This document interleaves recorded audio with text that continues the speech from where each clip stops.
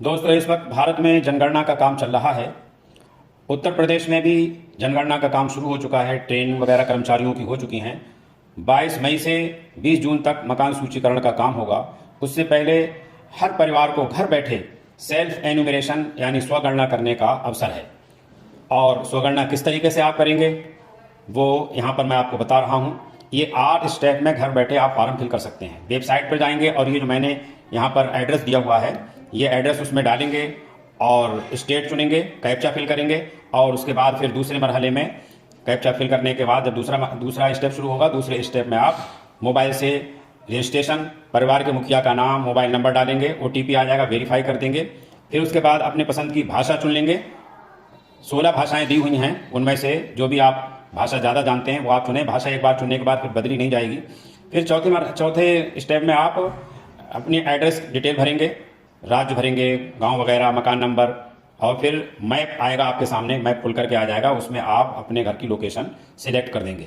फिर 5वें स्टेप में घर और परिवार की जानकारी, 33 सवाल पूछे जाएंगे, जैसे घर पक्का है, कच्चा है, बिजली, पानी, शौचालय, परिवार के सदस्य, टीवी, मोबाइल, इंटरनेट आदि।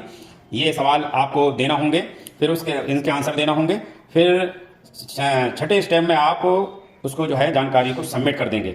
फिर 7वें मरहले में आपको ये आईडी प्राप्त हो जाएगी, ICE आईडी प्राप्त आपको हो जाएगी। फिर ये इस तरीके से जो मैंने दी है, ये एक नमूना दिया हुआ है, इस तरह से आपके पास आईडी आ जाएगी।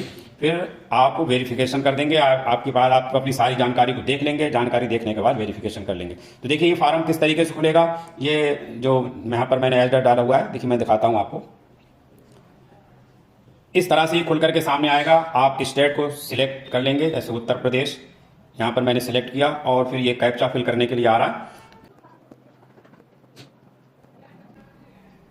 देखिए इस तरह से आ जाएगा। जब आप कैप्चा फिल कर देंगे तो ये आप पढ़ लेंगे, इसके बाद ओके कर देंगे।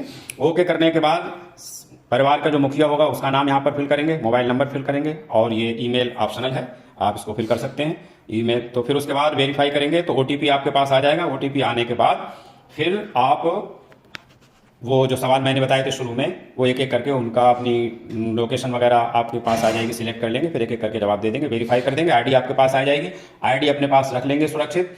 और जब घर पर आपके जनगणना कर्मी आएंगे, पिरगड़क आएंगे, तो आप ये आईडी उनको देंगे और वो इस आईडी से आपकी द्वारा जो जानकारी दी गई होंगी उनका सत्यापन कर लेंगे। आप अपनी सही जानकारी भरें, मकान की जो स्थिति है वो भरें, घर पर जो भी आपको सुविधाएं हासिल हैं उनको भरें आप निडर होकर के, और इस तरह से